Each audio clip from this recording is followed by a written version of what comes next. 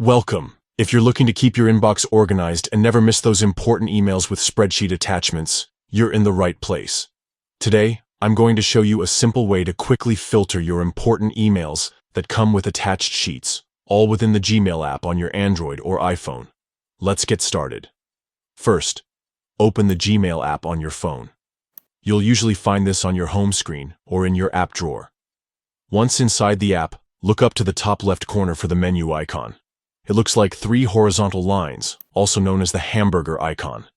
Tap on that to open the navigation menu. Now from the menu, scroll down and select Important. This folder highlights all the emails that Gmail automatically marks as significant, so it's a great place to start if you don't want to sift through everything in your inbox. Next, look just below the search bar at the top of your screen. You'll see different filter options. Tap Attachment to narrow down your emails to those that have files attached. Here comes the key step.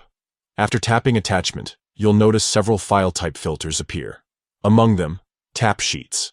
This instantly shows only the emails in your important folder that have Google Sheets or spreadsheet files attached. That's it.